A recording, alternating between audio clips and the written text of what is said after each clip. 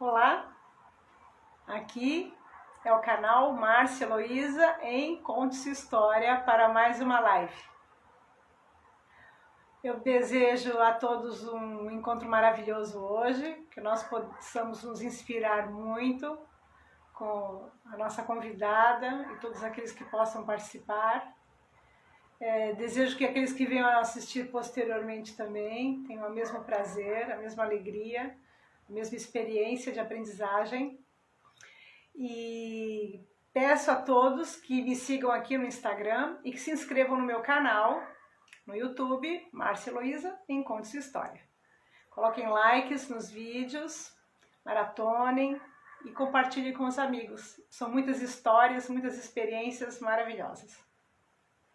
Hoje a nossa convidada é a professora Márcia Neves. A professora Márcia Neves é formada em letras, em língua portuguesa e língua espanhola. Professora Márcia Neves também é professora particular em redação, língua portuguesa, língua espanhola, história e geografia. É também revisora de textos e é escritora.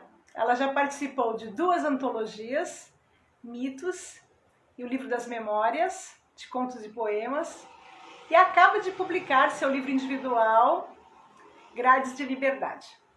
A professora Márcia Neves ainda publica seus poemas no site Recanto das Letras, onde ela possui página própria. No YouTube ela tem um canal, onde ela declama seus poemas, e ainda 3 páginas no Instagram, onde ela divulga seu trabalho como professora particular e também como escritora. A professora Márcia Neves tem live que eu encontrei na internet, em que ela fala de educação midiática, e é uma pessoa assim extremamente doce e inteligente ao mesmo tempo, e eu creio que vocês vão ter um grande prazer em conhecê-la, né? Vou convidá-la agora para entrar ao vivo.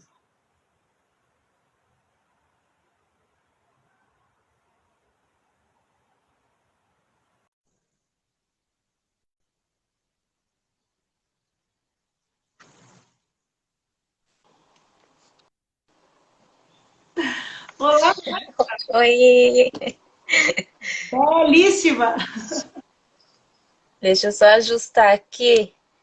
belíssima. O folheto que eu fiz para você não faz jus à sua beleza. Muito obrigada. Ô, Márcia, então você foi atrás de todas essas informações, nem eu lembrava de tudo isso. Eu me preparo para as lives, né? Eu gosto de conhecer meu convidado para poder explorar mais a vida dele, né? Porque sempre são experiências tão lindas, não? E eu fiquei Ai, encantada com o seu currículo, encantada com todas as suas realizações, escutei muitas poesias que você declamou, então foi um grande prazer e uma alegria. E quero agradecer muito por você ter aceitado o convite. imagina, eu que agradeço a oportunidade de estar aqui, sempre acompanhando as suas lives, né, e aprendendo muitíssimo com os assuntos que você tem trazido aí com o pessoal que você convida, inclusive daqui, né, da Baixada Santista também. E eu fiquei muito feliz pelo convite, claro que eu iria aceitar, né? Me sinto assim, lisonjeadíssima, felicíssima. Muito obrigada, Márcia. Você é uma participante ativa do canal e tem prestigiado muitas pessoas, eu sou muito agradecida. Porque eu vejo que o canal tem atraído pessoas assim de um grande quilate. São pessoas assim muito buriladas na intelectualidade, na inteligência, na bondade, na gentileza. São pessoas belas, no sentido mais platônico da palavra, né? Que tem muito a oferecer, né? Então, sou muito grata a todos vocês, né? Márcia, eu geralmente começo sempre assim, você já deve estar lembrada, que eu peço para a pessoa se apresentar, né? Porque tem os nossos conhecidos, mas aqueles que não conhecem e que virão a conhecê-la por meio da live, né? Quem é a Márcia Sim, Neves? claro. Nossa, é difícil de falar, né? Quem sou eu? Eu sou uma pessoa curiosa. Sou uma pessoa curiosa que tento acertar naquilo que eu faço e gosto muito de aprender. Por isso que eu escolhi ser professora e vivo estudando, vivo aprendendo, né, com todos e com os cursos dos quais eu participo sempre. E eu me considero assim, eu sou uma eterna aprendiz, uma curiosa, né, uma aprendiz. E sobrevivo da minha profissão de professora, revisora, né? E agora estou me arriscando aí nesse mundo, nesse universo também dos escritos. Tem muita coisa escrita, muita coisa guardada e a pandemia eu acho que me encorajou um pouquinho para isso, né? Para publicar. Foi um grande feito. Não, e eu vendo tudo isso, e você ainda com criança pequena, eu pensei, quantas pessoas ela se vira. É realmente multifacetada. Eu nem sei como, mas eu acho que quando a gente faz aquilo de que gosta, né, Márcia, Sim, acaba dando conta, né? Eu acho que assim é meio mágico isso, mas aqui nós somos eu, meu marido, né? São dois professores e ele que é professor de História e Geografia, por isso que na minha página lá também tem as aulas particulares de História e Geografia, né? No caso a gente se divide, eu com português, redação e espanhol. E ele com a parte de história e geografia, então a gente divide bastante esse trabalho. que bacana. E, e nos ajudamos bastante, então eu acredito que isso também fortalece, né, o querer e o não desestimular, né, o não desistir na nossa profissão, né, porque a demanda é muito grande e a gente quer fazer sempre mais e mais, Sim. né, Eu, mas o meu filho, não. e vocês, muitas pessoas dizem, ah, não dá certo, o casal que trabalha junto, né? Porque fica muito tempo junto, né?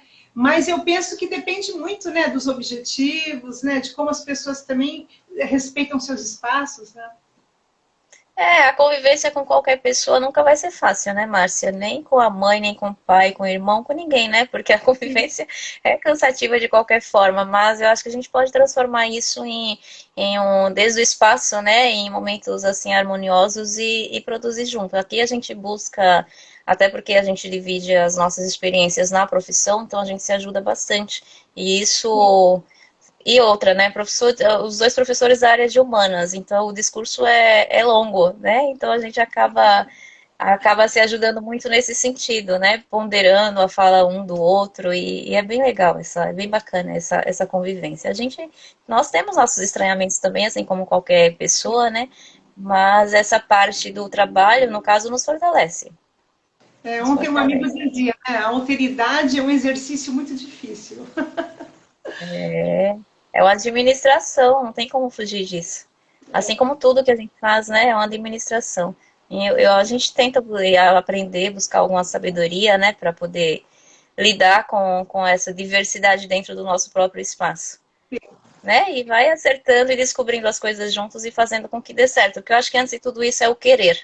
A gente não pode colocar as dificuldades diante, né, antes do querer. Eu acho que a gente quer muito e os obstáculos vão surgir em qualquer meio, até na família. E a gente tem que saber superar isso. Senão a gente não convive com ninguém, né? Com Verdade. ninguém. Eu observo que você pronuncia as palavras muito perfeitamente, porque nós aqui em Santos colocamos i no final de tudo, né? Nós, né, mastigamos um pouco a palavra. E você pronuncia muito bem. E eu estava vendo, você não é de Santos, né? Não, Você não é do não, Paraná. não, eu sou do interior da Bahia, Nordeste, né? No caso, eu moro aqui este ano completam-se 20 anos, né? Há quase 20 anos. E eu acho que o espanhol me ajuda bastante, né, Márcia? Nessa parte. Acho que o espanhol porque com o espanhol nós temos a necessidade, né, para fugir um pouco do portunhol também, a gente tem a necessidade de pronunciar, o espanhol não tem essas gírias, né, o di, por exemplo, senão interfere um pouco na fonética em algumas palavras, então eu acho que o espanhol me ajuda bastante nessa parte. E outra coisa é o português também, como eu dou aula de língua portuguesa, isso me exige bastante, né, acaba Sim. influenciando. Eu dou aula de português todo dia, Eu não todos os dias. identifiquei seu sotaque baiano. Eu não identifiquei. Todo mundo fala isso, todas as pessoas falam isso. Eu penso que é a convivência com o espanhol também, porque todos os dias eu falo espanhol, todos os dias eu dou aula de português também. Então eu penso que essa prática, né, exige bastante de mim e acabei perdendo muito, né, do sotaque. Mas existe, tá? Mas existe, né? Uma hora ou outra ele aparece. A gente não perde as marcas, né? Não perde, ainda bem. Carinhoso, né? Mais light do cotidiano, né? Que é uma sonoridade muito gostosa, né? Uma musicalidade. É. Eu gosto bastante. Eu me tornei, assim, e me torno, né, professora de espanhol a cada dia. Por amor mesmo à língua. Né? Estudei inglês, espanhol, então, assim, o espanhol foi aquele amor à primeira vista. né? Quando eu comecei a aprender, eu falei, eu vou um pouco mais adiante, né? Eu vou transformar esse amor em ferramenta de trabalho. E tenho feito isso há alguns anos já. Isso é muito bacana. O que levou você para as línguas? Eu lembro que teve uma época aí da loucura do Mercosul, aquele entusiasmo, né? O Caetano sempre fala, né, que o Brasil está de costas para a América Latina. Então, as pessoas, né, não partilham da língua espanhola, né? Só nós com a portuguesa. E como é que você vai descobrir a língua espanhola e ver nela essa possibilidade de um trabalho e dessa dedicação amorosa que você tem com a língua espanhola? Então, o espanhol foi mais uma questão de gostar, como eu falei para você. Agora, o descobrir, né, a escolha, como que eu me envolvi nesse mundo das línguas. Nós sempre tivemos uma exigência muito grande no Brasil, né, de aprender inglês. E até porque é uma obrigatoriedade, e a gente sabe da importância disso, né? O espanhol como segunda língua também, eu vejo muita importância. Eu falo para os meus alunos, nós estamos no Brasil diante de 19 países que falam espanhol, né? Depois mais dois, um na África, um na Espanha, que é a Espanha, né? E, então são 21 países. A quantidade de países e a quantidade de falantes em língua espanhola é muito grande, né? Perto do Brasil, em quantidade de países, é assim é algo muito influenciador, né? Para trabalho e para tudo. E quando eu percebi que eu tinha muita facilidade, até por eu gostar do espanhol, e em 2005, se eu não me equivoco, foi o José Serra que criou uma lei no estado de São Paulo, né, colocando o espanhol como segunda língua dentro das escolas, e aí eu me encontrei, né, eu falei, agora eu vou ter espaço de fazer uma coisa que eu gosto, né, me aprimorar nisso e fazer alguma coisa de que eu gosto bastante. E aí eu fui fazer letras, já fazia, né, aí fui terminar o curso de letras e escolhi fazer espanhol, para fazer a licenciatura, para tirar a certificação, para poder dar aula. E aí comecei. Não parei nunca mais. E em família, vocês tinham esse pendor para as línguas?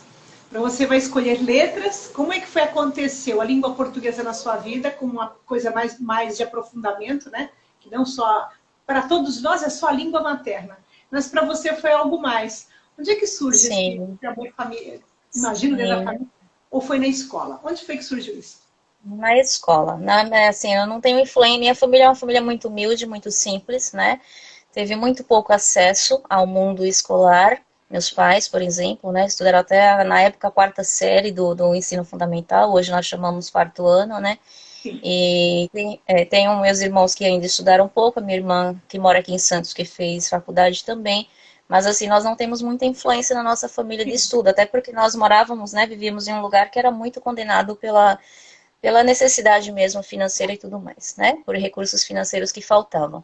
E eu sempre gostei de estudar, sempre fui muito esforçada. E a gente escuta as pessoas que a gente quer escutar, que acabam nos influenciando, como os professores, por exemplo, né? A fala de que é preciso estudar, é importante estudar, o estudo é um caminho, né?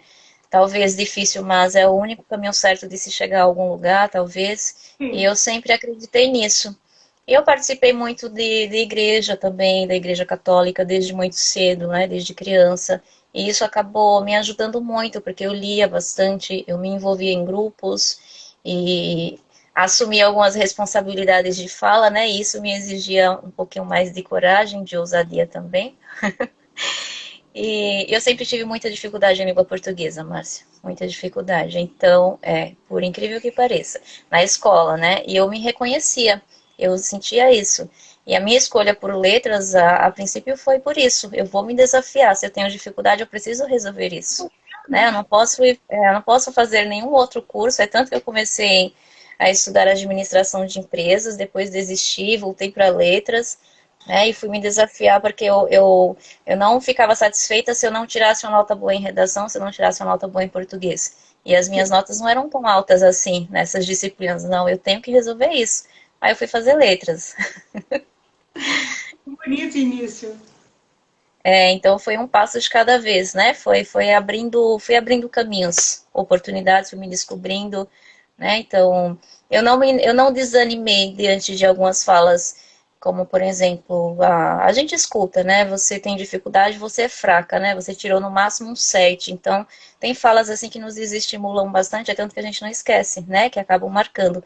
Só que eu busquei usar sempre isso como algo que eu tinha que resolver, né? Então, se alguém identificou esse problema, eu preciso sobreviver a esse problema. Então, eu vou atrás de resolvê-lo. Não posso, né? Não posso insistir, deixá-lo me perseguir. Não posso. Aí foi com esse pensamento. E a dificuldade em língua portuguesa, muitas vezes, não tem muito a ver com a leitura, né? Porque eu lembro, assim, por exemplo, a minha gramática é toda internalizada. Eu não tenho uma gramática consciente. Se você falar, me mostre aqui o complemento, eu não sei mostrar. E faça aqui uma análise sintática, eu não sou capaz. Mas a leitura me deu um traquejo para falar, para escrever, ainda que com as dificuldades. No seu caso, a leitura era uma coisa assim especial e você tinha esse pendor para ler, gostava de ler, ou ela era acompanhada também de dificuldade, como a aprendizagem da língua portuguesa? Márcia, eu penso que tudo foi aos poucos, foi progressivo, né? Foi gradual. Eu não tinha muito acesso à leitura, até porque não havia bibliotecas na minha cidade, né, às quais eu tinha acesso, e não tinha o hábito mesmo, não tinha não tinha o exemplo. Então, quando a gente é criança, eu acredito que isso é muito importante, né? A criança, ela se descobre sozinha em muitas situações, mas eu acredito que muitas delas é o exemplo, né? A criança imita a mãe, a criança imita o pai, desde calçar o salto da mãe, né, e desfilar dentro de casa, até fazer qualquer outra coisa. E me faltou bastante esses exemplos, né? Hoje eu reconheço e não uso isso como uma desculpa, nem como nada triste. Que bom que eu reconheci e pude, né, ir desbravando aí meios, caminhos. Mas em relação à gramática, eu falo para os meus alunos sempre, nós não vamos sair falando, né, no momento da fala ou no momento da escrita, agora eu estou usando um período composto, subordinado, né, usando uma oração substantiva, objetiva, direta, nada disso, não precisa ter né, mas a gente precisa ter o conhecimento para saber usar os recursos na hora que precisa, seja na linguagem oral ou escrita, né, por isso que eu acredito que você fala, que não domina, no caso, né, essa questão da gramática. Não é que você tem isso internalizado, você aprendeu. Então você reconhece, mesmo que inconscientemente, porque isso já está plantado, né, nas suas gavetinhas, nos arquivos mortos, né?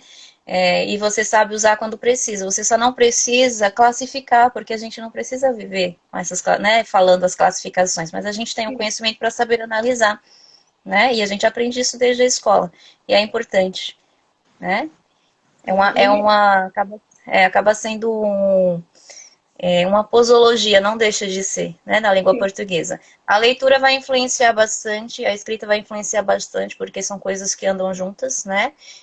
Eu acredito muito que a prática da leitura facilita a prática de uma boa escrita, sim, até porque quem faz uma leitura atenta não se atentam somente ao conteúdo, à parte conceitual, mas também estrutural, e cada um tem o seu objetivo. Eu, enquanto professora, eu leio prestando atenção em tudo, né? Na parte conceitual, na parte textual, na parte estética, no vocabulário, na concordância, porque isso já está internalizado e é o que eu faço quando eu estou trabalhando com os alunos, né? Principalmente produção textual. Então, para mim é automático, mas não é nada forçado, por conta da profissão, né? Mas quem tem o hábito da leitura, por se familiarizar tanto com o vocabulário, né, com a linguagem, acaba tendo mais facilidade, sim, até de organizar, reorganizar as palavras e contextualizá-las melhor.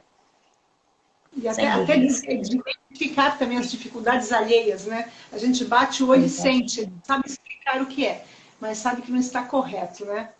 Eu me lembro que eu aprendi a língua portuguesa, os professores faziam exercícios com frases montadas, né?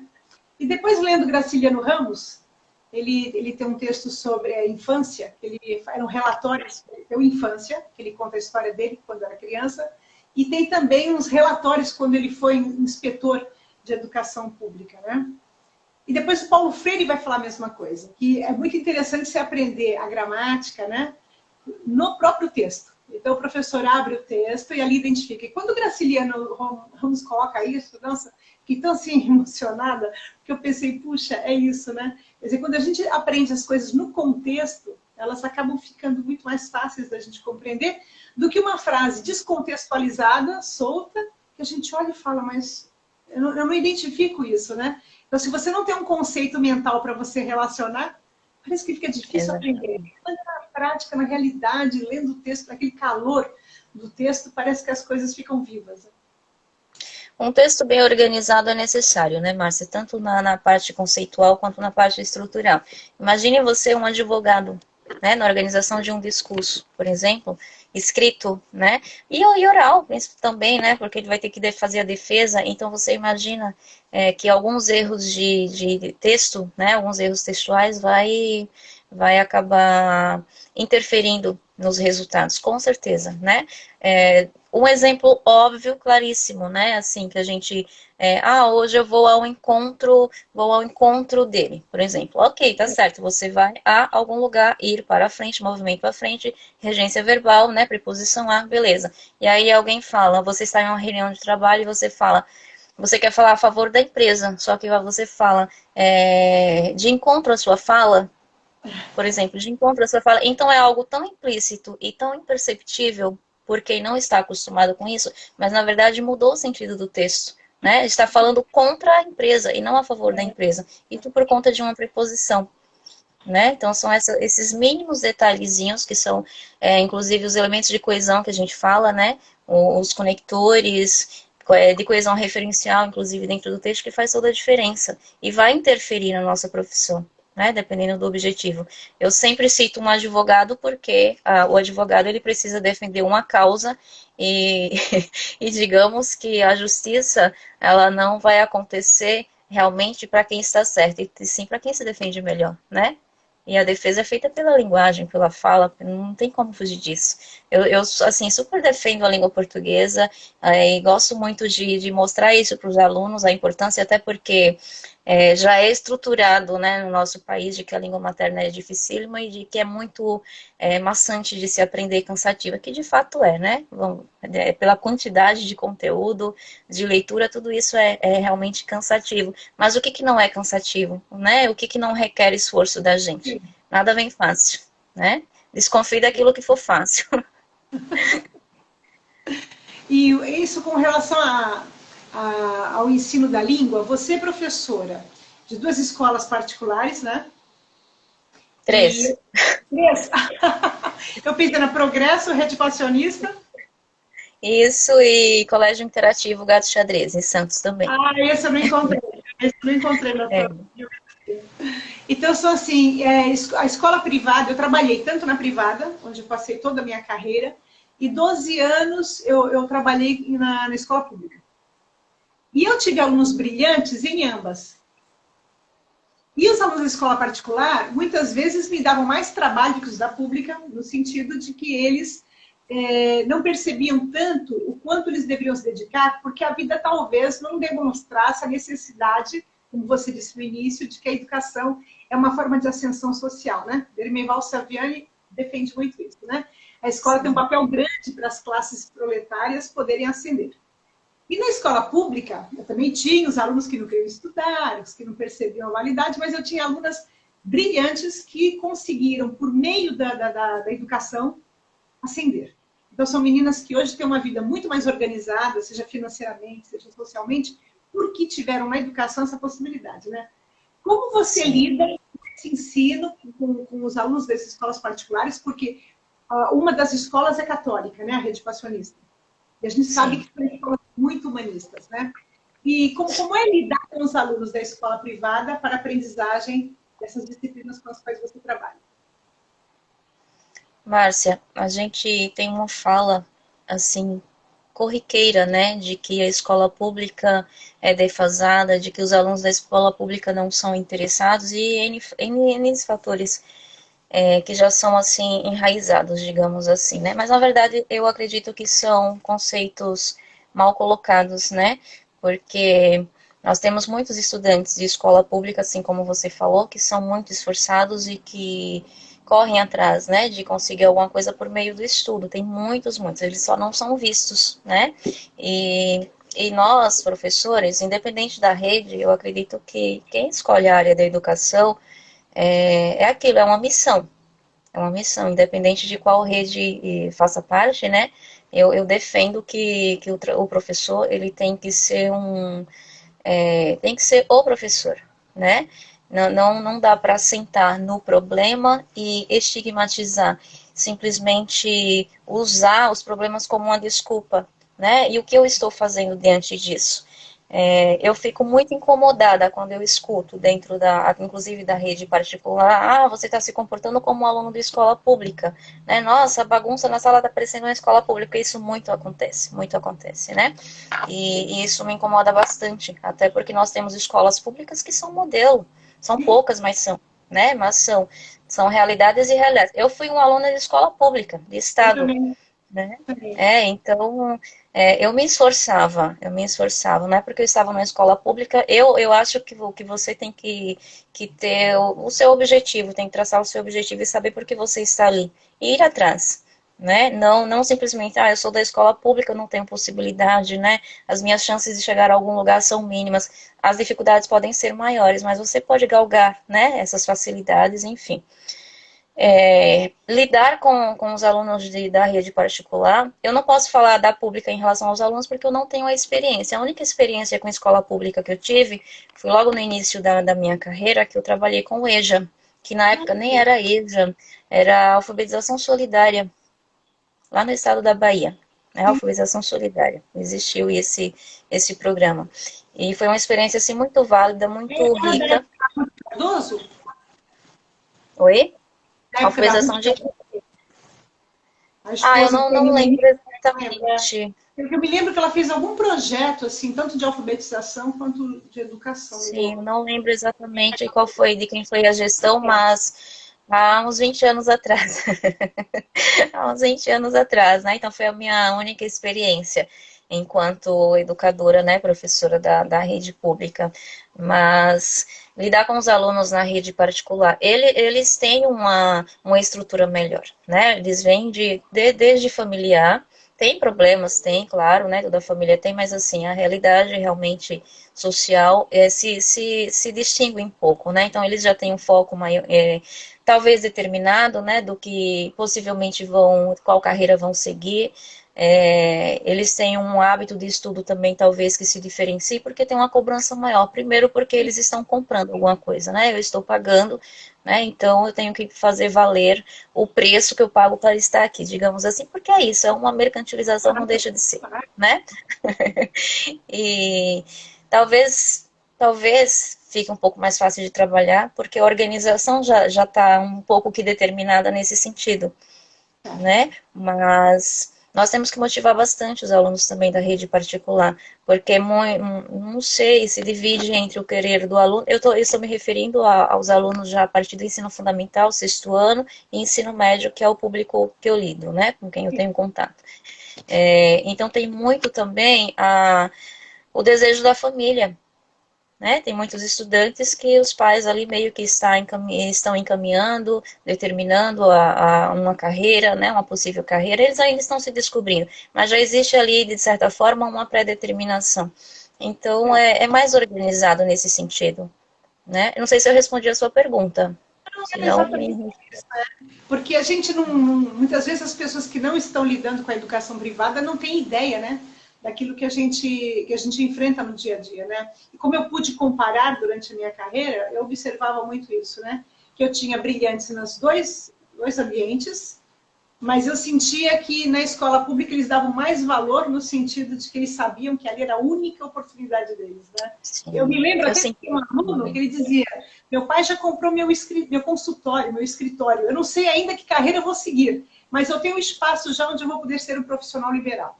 Então, era assim, uma coisa assim, na minha cabeça, né? Eu que venho de escola pública e sempre fui pobre, eu pensava assim, meu Deus, que loucura, porque vem à frente do desejo, né?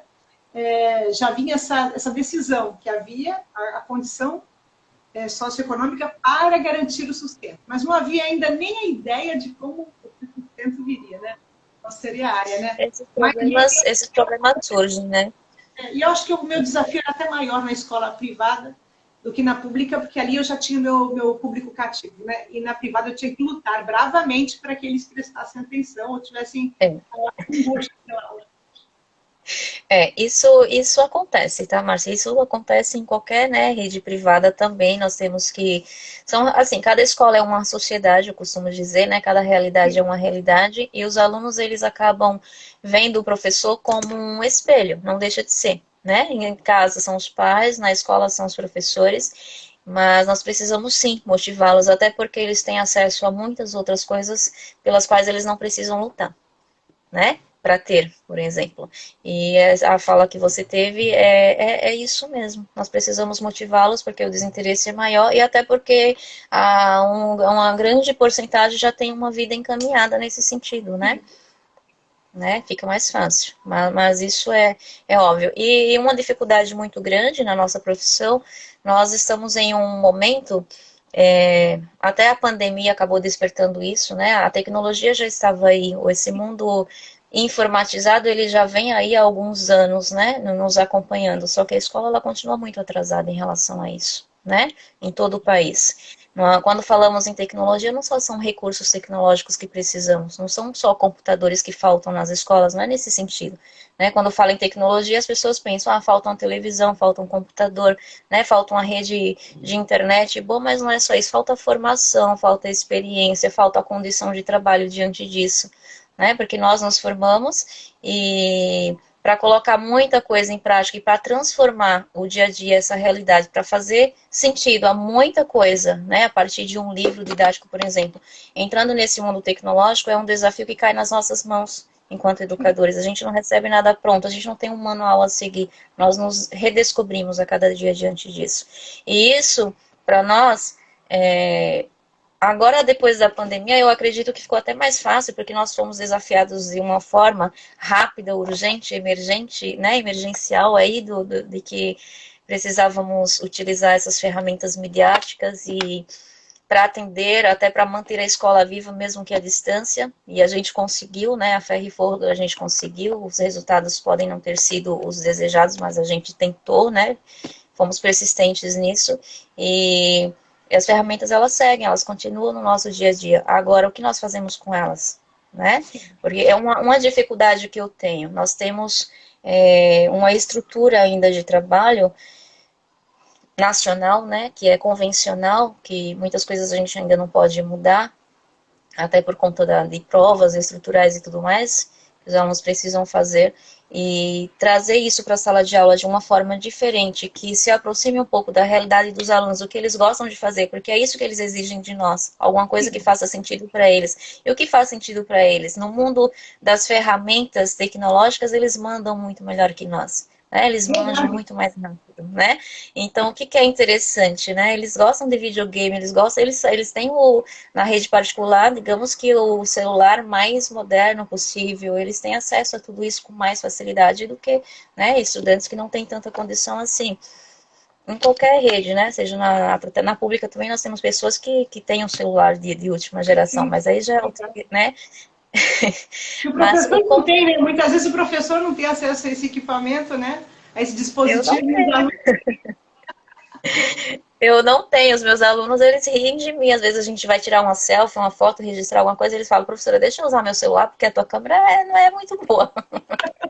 E é isso. E aí o que fazer diante disso, né? Esse celular que eu uso para fazer as lives é um refúgio. Meu filho falou, mãe, eu não uso mais, você quer? Eu não tinha nem celular. Eu tinha pavor, eu tenho tecnofobia. E aí, e realmente, ele tem utilidade, né? Estou aqui fazendo as lives dele, né? A resistência mesmo que a gente tem, né? Eu me lembro quando a universidade, ela informatizou todo o sistema de notas, diários de classe. Eu fui uma das mais resistentes. Eu era terrível, porque eu sempre fui muito rebelde, não queria aceitar. Quando chegou agora a vez do celular, a mesma coisa. Eu não vou me render ao celular. Só que chegou um ponto que hoje você não faz mais nada sem um smartphone. Não faz nada. Você vai chegar a um ponto que não vai ter nem vida social, né?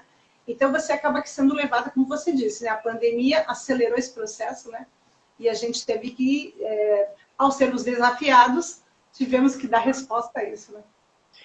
Sim, porque é uma preocupação assim muito grande na sociedade é como dominar tudo isso, né? Porque isso está nos dominando há muitos anos. Eu lembro que quando chegaram os caixas eletrônicos nos bancos, eu era criança e meus avós sofriam, né? Porque eles iam ao banco e eles estavam acostumados com todo aquele processo manual, ficavam horas e horas naquela fila, mas eles se acostumaram e eles sabiam fazer isso. Como que iam mexer em um caixa eletrônico que, né? Pessoas que não sabiam nem assinar o nome, por exemplo. E isso revolucionou bastante. E essa revolução continuou, né? Mas é uma necessidade. Agora, há alguns poucos anos, a gente lidou com a situação da biometria que chegou, né? Precisamos fazer a biometria. As pessoas que não têm essa ousadia, né, de se descobrir, de usar essas ferramentas, elas acabam resistindo mesmo, mas chega uma hora que tem que usar, né? E outra situação, assim, muito desafiadora é as máquinas estão tomando conta do nosso espaço, e aí não vamos ter trabalho, né? Mas nós vamos ter trabalho sim, nós só precisamos dominar essas máquinas, porque as máquinas elas não andam sozinhas, né? Por mais que elas existam, elas precisam de pessoas para comandá-las, então a gente não tem que ter medo, a gente tem que aprender a lidar com isso, né? Tem que ir se redescobrindo na sociedade.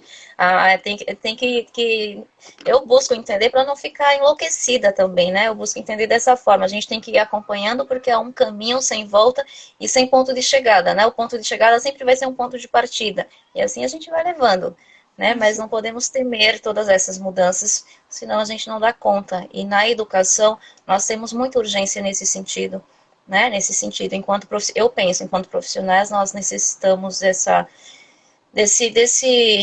formação progressiva, continuada.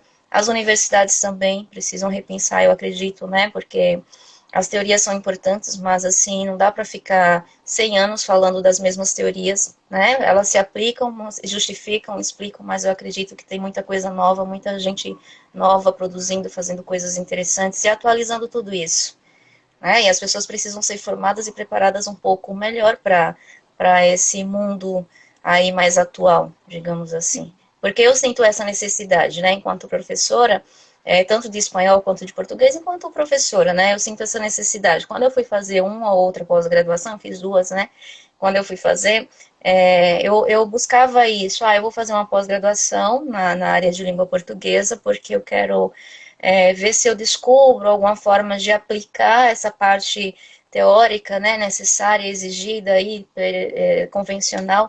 De que forma eu posso fazer isso, né? Porque não dá para ficar retransmitindo aquilo que está ali no manual, porque isso os alunos sabem fazer sozinhos, né? O que eu posso fazer para mudar isso? É uma inquietação que eu sempre tive, mas eu nunca encontrei resposta, né? Eu nunca encontrei resposta. Então nós precisamos mudar juntos. Não tem receitinha, a gente tem que construir juntos, né? E junto com eles, né? Porque, como você falou, é questão humana, né? Então, acho que o humanismo vai ter que ser realmente redimensionado e reforçado. E se a gente souber usar essa tecnologia para os alunos fazerem aquilo que eles podem fazer por eles mesmos, né? Ontem eu precisei registrar no telefone fixo da minha mãe o nome das pessoas cujos números ali estavam. Aí eu fui procurar um tutorial no YouTube, porque eu não seria capaz de fazer aquilo sozinha. E fiz, e me senti o máximo, porque eu não seria capaz de fazer isso sozinha. Eu falei, consegui com a ajuda do YouTube.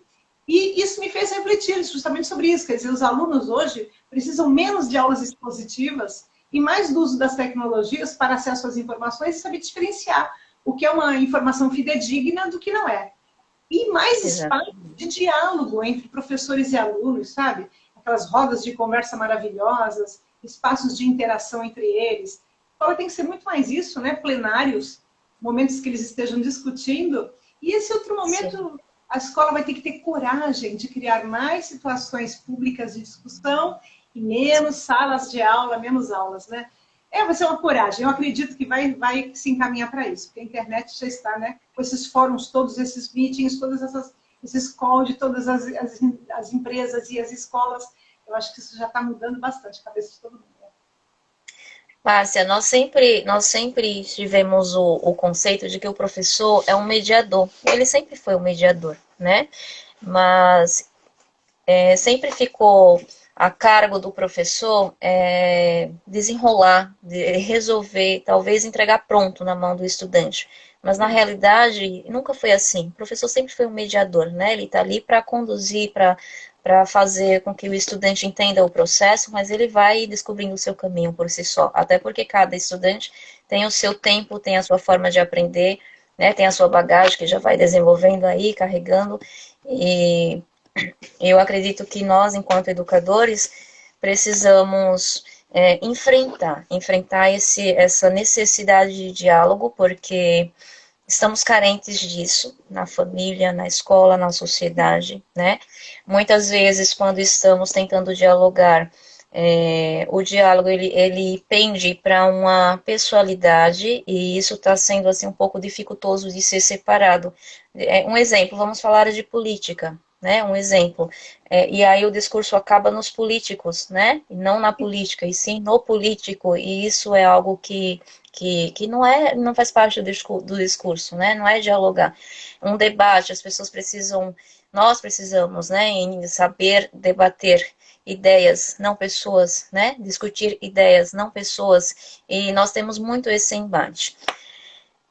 Um exemplo disso são as leituras que nós fazemos. Nós temos paradidáticos e são, assim, extremamente importantes, até porque nós devemos trabalhar essa questão da leitura também, pensando nessa convenção do Enem, dos vestibulares, né, que isso ainda existe, e os alunos precisam também se preparar para isso. E algumas leituras, claro, né, toda leitura vai envolver a filosofia, a psicologia, a literatura, né, várias artes, e requer do estudante, digamos um estudante de ensino médio, a necessidade desse diálogo, desse debate, a partir da sua percepção, até para se formar, para se fazer ou se refazer, para se construir ou desconstruir ou reconstruir algum conceito, né, talvez aí pré-concebido, mal entendido, enfim, mas que se debata ideias, que se debata pensamentos, né, que se dialogue alguma ideia, algum pensamento, criando, construindo esse consenso, né? Saindo um pouco do senso comum, saindo um pouco, porque nós temos um embate muito grande, né? Entre o que a gente viu durante a pandemia, por exemplo, desde o início, né? O nosso sofrimento foi tão grande porque nós ficamos aí nós ficamos no meio termo, né? Nós tínhamos de um lado a ciência, do outro lado a política com o seu senso comum e ao meio nós esperando uma resposta. Quando que a vacina foi chegar para nós, né? Muito que tardiamente, e nós temos recursos para isso, se formos ver, né? Mexer mesmo nas coisas, nós temos recurso para isso. Então, assim, o diálogo, o debate, a leitura precisa acontecer dentro da realidade, né? Não por essa superficialidade. E nós temos muita dificuldade de manter esse discurso, porque por conta de algumas estruturas já também que nós levamos conosco, e às vezes a gente não quer quebrar isso, sabe? E aí fica um mal entendido, às vezes entende que estamos falando de político, mas não, a política é necessária ser falada, né? De ser falada. Ah, a professora está falando de política, sim, nós precisamos falar de política. Desculpa, a vida é uma política, né? Desde o decidir o café da manhã, desde o decidir a toalha que você vai pôr na mesa, enfim, isso é uma política, né? Tudo é uma política na vida. Então, como não se discutir política? Só que não vamos discutir políticos, aí já é uma questão pessoal, cada um, né, tem né, cada um defende a pessoa que quer, a opinião, mas assim, falar de opinião, colocar a opinião, justificá-la, defendê-la, fazer com que o outro entenda.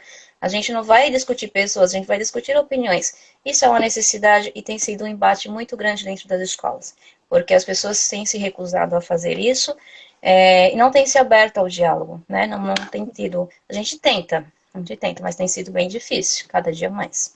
Mas eu acho que a saída que você deu é bem interessante, quer dizer, desde não personalizar, né? Então trabalhar do ponto de vista mais conceitual, né? E menos desse subjetivismo. E, ao mesmo tempo, abrir esses espaços, né? Porque é só vivenciando que as pessoas vão aprender a fazer isso, né? E, realmente, a escola é um espaço adequado, né? De formação, né? A gente vê ideais lá do final do século XIX já colocando isso, né? Que a escola devia se transformar nesse espaço, né? E como as coisas são lentas, quer dizer, agora, por força de uma pandemia, começa-se novamente a rediscutir isso, né? E você acha que colocou uma coisa interessante também, né? As pessoas têm que estar predispostas, né? As pessoas estão fugindo disso porque elas estão confundindo o político com a política. né? Alguma coisa Nós complexa. devemos estar abertos ao diálogo e ao exercício da escuta, né? Nós estamos vivendo um momento em que o cidadão, ele só quer ouvir aquilo que lhe convém, Sim, né? Ele não quer se dar o trabalho de se colocar no lugar do outro e esperar primeiro entender a postura do outro, esperar entender o porquê da opinião do outro, né? E depois trabalhar esse processo conjunto de escuta, de fala, de debate. As pessoas têm uma necessidade, eu falo nós porque nós somos parte dessa sociedade, né? Nós é. convivemos nesse meio. Nós temos uma necessidade muito grande só de falar. E a escuta é muito importante, né? O Galileu Galilei tem um pensamento que fala, né? Em espanhol, eu lembro em espanhol, escuchas e serás sábio. El secreto de la sabiduría es el silencio, né? E, e é isso. O processo da escuta tem sido, assim, uma dificuldade, até no momento das aulas, porque o aluno ele precisa ouvir, ele precisa pensar naquilo que está ouvindo, porque a aula ela é um momento de informação, talvez, de construção, de debate, mas o aluno não está aprendendo necessariamente naquele momento, ele vai aprender quando ele reorganiza tudo isso, quando ele reestrutura aquilo para ele, né? A informação foi passada, o debate foi feito, o conteúdo foi mostrado, só que o que ele fez depois disso? Por isso que chegar em casa, guardar nós temos um lema no sistema que a gente trabalha, que é o sistema Anglo, aula dada, aula estudada hoje, até para tentar criar esse hábito, né, de entender que o aprendizado ele vem no individual, a depender do que o estudante faz com aquilo que ele ouviu, com a experiência que ele teve em sala de aula, ele precisa reorganizar isso depois para ele, né? E isso não acontece, até porque no momento de aula tem essa dificuldade da escuta, né? Tem essa dificuldade da escuta muito grande. E isso é geral. E os adultos também estão passando por isso. Isso tem se intensificado muito na nossa sociedade, né? É uma observação minha, não sei se eu sinto isso. É porque a gente vê que o dissenso, né? O dissenso, do ponto de vista político, o dissenso é necessário. Para que depois a gente possa buscar um consenso pelo bem comum. Mas a partida é sempre o dissenso, né? E o dissenso, muitas vezes, como você disse, as pessoas evitam. Porém, de uma certa maneira, falta um pouquinho esse exercício, né? Como eu falava antes da alteridade, de você escutar esse outro e ter uma outra perspectiva, né? Isso com relação ao discurso, como a gente está falando, né? Sim. Agora, do ponto de vista da leitura e da escrita, como é que é esse exercício? Hoje os jovens acho que nunca leram tanto, escreveram tanto, o dia inteiro naquele WhatsApp, no Instagram, Twitter, e tudo eles estão o dia inteiro escrevendo e lendo, não vem mais quase nada ao redor, né? E o TikTok da vida. Mas a qualidade dessa leitura, a qualidade dessa escrita, como é isso, né? Eu cada vez mais, aquelas coisinhas que você colocou, como, por exemplo, ir ao encontro ou de encontro, essas pequenas coisas a gente vê nas expressões escritas, né, nessas redes, que realmente falta muito de reflexão. E eu penso, como Dewey, que a lógica tem muito a ver com a forma como você pensa, e você pensa muito conforme você fala, você escuta, como você escreve, você lê. Tudo isso determina muito o pensamento lógico, né? E eu sinto que falta muita lógica mesmo, assim, nessas escritas e falas. Como é isso?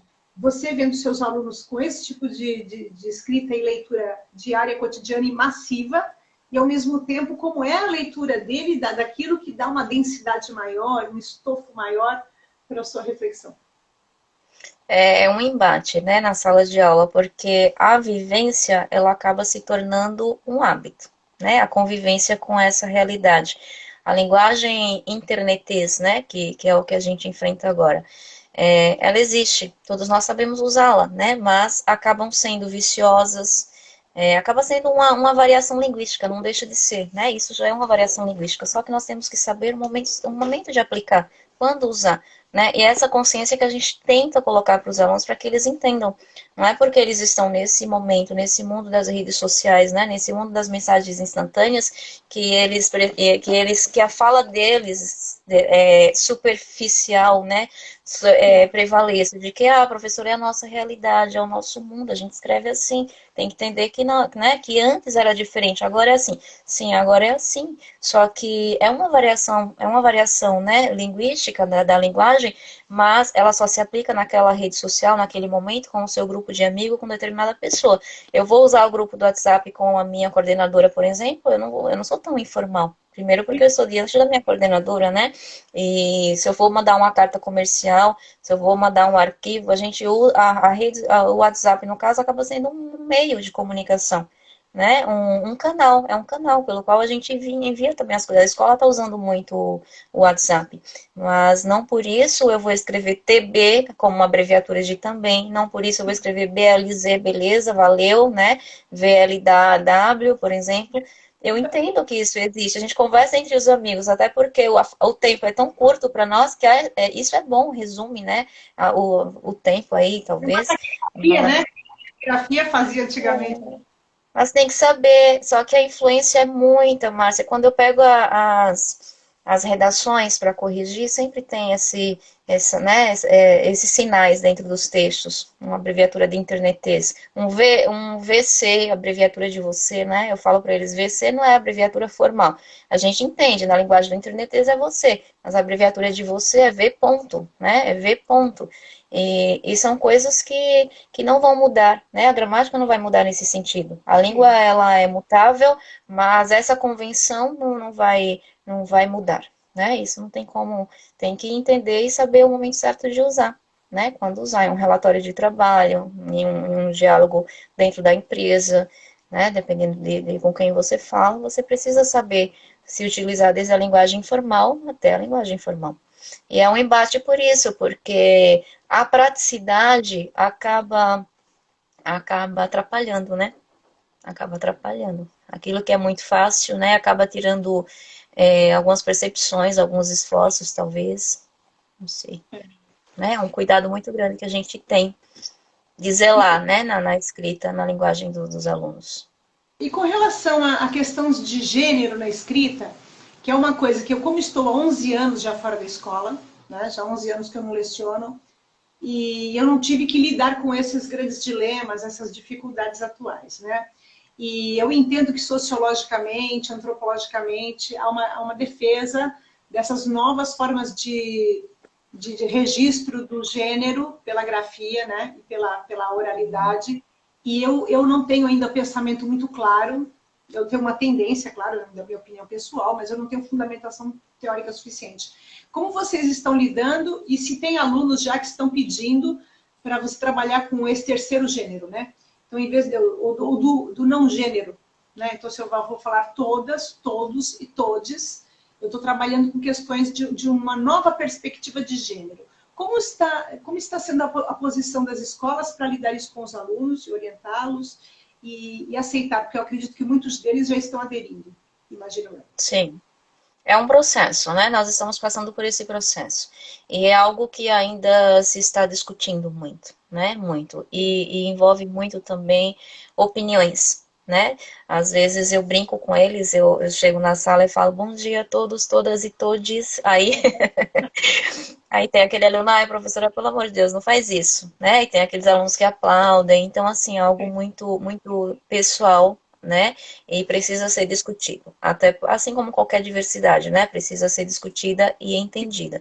Ainda não é uma convenção, né? A gente entende a necessidade, a gente entende esse novo momento, né? Em que surge esse gênero e que precisa ser adaptado, né? Esse uso entendido, aplicado. Eu não sou contra nem sou a favor, enquanto professora eu ainda não tenho uma opinião assim. Eu entendo pelo viés da gramática, ainda não há necessidade de fazer essa mudança linguisticamente falando, porque não houve ainda essa adaptação formal, e a gramática ela tem recurso suficiente para se referir aos gêneros, né? Nós temos o plural, que resume todos os gêneros, e nós temos o singular para o feminino, o singular para o masculino, então isso não tem problema. Agora, em relação a essa questão do terceiro gênero aí, como você colocou, é algo novo, então é algo que precisa ser refletido, pensado, dialogado, entendido, né, na visão do outro também, e não discriminado, assim como qualquer necessidade que vai surgindo, né, precisa ser, se surgiu, é uma realidade, e se aplica, né? E reflete o mundo. Exatamente, já está dentro da nossa cultura, né? Já está dentro da nossa cultura. Então, é um processo de estudo progressivo também. Né? Não dá para descartar, não dá para usar o senso comum. Tem que ter estudo, tem que ter debate também, tem que ter aceitação e entendimento mesmo que eu não use, mesmo, né? Que eu não queira usar, mesmo que eu não veja necessidade disso, mas nós temos essas outras novas situações que estão surgindo e que precisam disso. Então, né? Então, é uma questão para se pensar conscientemente e por utilidade também, Sim. né? Por utilidade também dentro da sociedade, por respeito também às diversidades, né? Como relação ao seu trabalho com a educação particular, né, com o ensino particular, o privado, aquele que você faz com aquela criança que tem dificuldades e vai com você fora da escola, né, com você e seu marido, vai ali aprender, né? Essas crianças têm mais dificuldades reais do ponto de vista de aprendizagem, assim, lógico, ou de disciplina, ou de sistema de estudo, ou tem muito a ver com questões mais psicológicas, da autoestima, da autoconfiança. Como você vê essas dificuldades que os alunos portam para chegar ao ponto de procurar um professor particular? São muitos fatores, né? Aí é muito relativo, depende do estudante, depende do grau de dificuldade, mas como a minha área é muito específica, português, redação, espanhol, né? Eu ia falar assinaturas em espanhol, são disciplinas específicas. Tem um comentário aqui, deixa eu só ver para não perder. Peraí, Márcia, que eu tô lendo, é Epitaciana.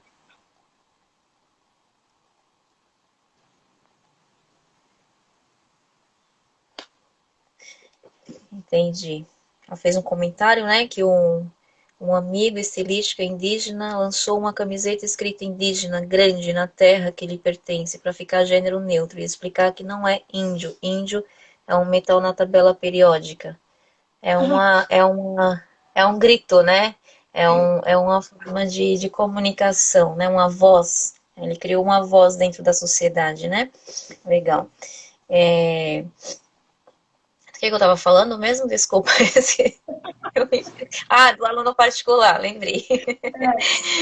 Do aluno particular. Mais com a forma de aprendizagem ou se é com as questões psicológicas dele? Isso, então, como eu estava falando, por ser área mais específica, então, quando eles me procuram, eles vêm com aquela dificuldade naquela disciplina, naquele conteúdo, então, eles já vêm com aquele foco, precisa estudar para fazer uma prova, então, não dá para perceber muito essas situações secundárias. E eles vêm interessados, eles vêm focados, então, eles estão diante da professora sozinha, por exemplo, né, o comportamento é outro, a intervenção também é outra, né, eu me preparo ali para aquele momento, para aquele conteúdo somente com ele, o comportamento é outro. Então, na aula particular, tudo funciona muito melhor, né? Porque você dá aula para um aluno e dá aula para 30 alunos é uma diferença muito grande, né? Você vê o resultado mais rápido com um aluno particular, né? Então, essas situações, assim, digamos que fora um pouquinho da parte conteudinal, né? Não dá tempo para isso. São 50 minutos de aula, às vezes 2 horas, né? Dou 2 aulas, aula dupla, e o foco está ali, né? E o aluno, ele presta atenção, né? Eu estou diante de você, eu só tenho você para me ver né? E para eu ser visto. Então, é um outro comportamento. É diferente, né? É É diferente. um atendimento bem adequado às necessidades dele, né? A prioridade é ele ali, né? Exatamente. É tanto que quando nós temos as aulas individuais, né, particulares, o aluno ele sai feliz, ele sai envolvido e fala, nossa, professora, agora eu entendi, né, agora eu aprendi. Eu falei, com certeza, porque você veio determinado a aprender, né, foi o seu momento, um momento só seu, e é uma necessidade sua, você reconheceu isso agora, e agora você se dedicou para entender, né, acontece muito isso. E quando tem outras dificuldades que acabam interferindo, Márcia, a gente acaba também interferindo na nossa forma de conduzir a aula, né? Porque nós temos que ver de que forma o aluno aprende. Nem sempre a gente tem clareza disso, né? Mas de que forma ele vai aprender isso que eu vou explicar. Então, eu busco pegar situações do dia a dia, da realidade dele, né, para poder aplicar aquele conteúdo. Ah, vamos fazer uma análise sintática. Então, eu não vou pegar textos dos livros didáticos, não vou pegar frases, aquelas frases que às vezes o aluno nem sabe o que significa aquela palavra, que ele ainda não está familiarizado ali com a parte semântica, né, digamos assim. Então, eu crio frases com ele. É tanto que as minhas revisões para a prova, eu crio com eles na hora.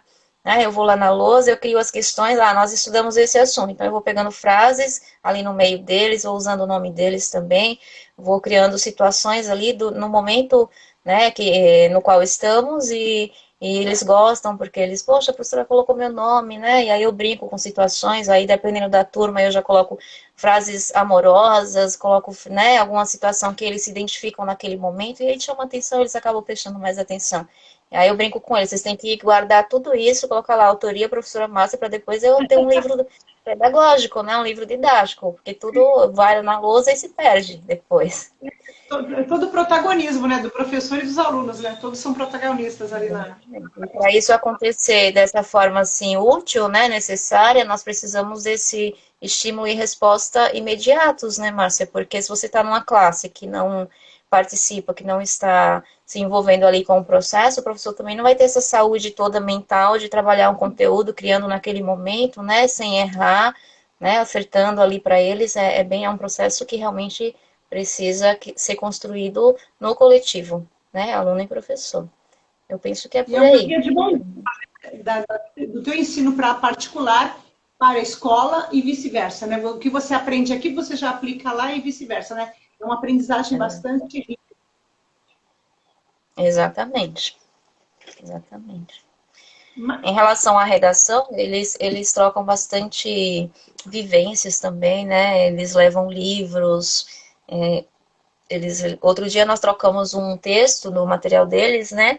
Com um tema que é o cancelamento aí nas redes sociais, né? Eu não gosto da sua opinião, você acha que você falou bobagem, então às vezes por muito pouco eu vou lá e te bloqueio, ou, né, ou acabo te xingando. Olha que realidade, né? Infelizmente isso está acontecendo e algumas pessoas foram bloqueadas. Aí tem casos de Big Brother que eles acabam comentando. Eu não acompanho, não assisto, mas eles acabam, né, trazendo isso para a sala de aula e comentando. E há uma temática a ser abordada, né? O cancelamento. Isso faz parte do momento atual, é uma realidade. Então vamos discutir isso, né? Vamos discutir isso e depois transformar em texto. E trabalhar a dissertação com essa temática. E funciona melhor do que eu pegar um texto de 1980, por exemplo, né? E colocar lá para eles analisarem e fazerem uma dissertação. Eles vão se sentir muito mais à vontade para falar do que está acontecendo agora do que o que aconteceu em 1980. Né? Então tem muito esse protagonismo, como você falou, né? Essa tomada de decisão. Eu tive um professor do mestrado que, ele muito sério, tinha sido conselheiro nacional de educação e tal, e a gente com aquele respeito, né? O senhor que era um patrocentão com aquelas famílias são paulistanas de muito peso. E ele entrou na classe e perguntou, quem assistiu o Ratinho? E ninguém, né? Imagine, mestrado, todo mundo achando intelectual, ele deu uma bronca na gente. Vocês têm que assistir Ratinho, vocês dão aula para alunos reais, os pais deles assistem o Ratinho. Vocês têm que começar a conhecer as coisas do mundo, não para que vocês fiquem aficionados àquilo, né? Não é para ficar lá também completamente cativado por aquilo. Vocês têm que conhecer, porque depois os alunos não entendem o que vocês falam. Vocês falam uma língua que eles não conhecem, de um mundo que eles não vivenciam, vocês ficam artificiais para eles. Nossa, mas nós rimos tanto, né? Exatamente. Ele veio como tarefa assistir um programa do e assistimos, né? Sem problema nenhum, aprendemos muito. Mas é interessante isso que você colocou, né? Da questão do cancelamento, né? Seja do Big Brother, e eles estão acompanhando isso. A gente não precisa acompanhar, mas tem que saber do que ocorre, né? Para poder até dialogar com eles, né? Exatamente. Né?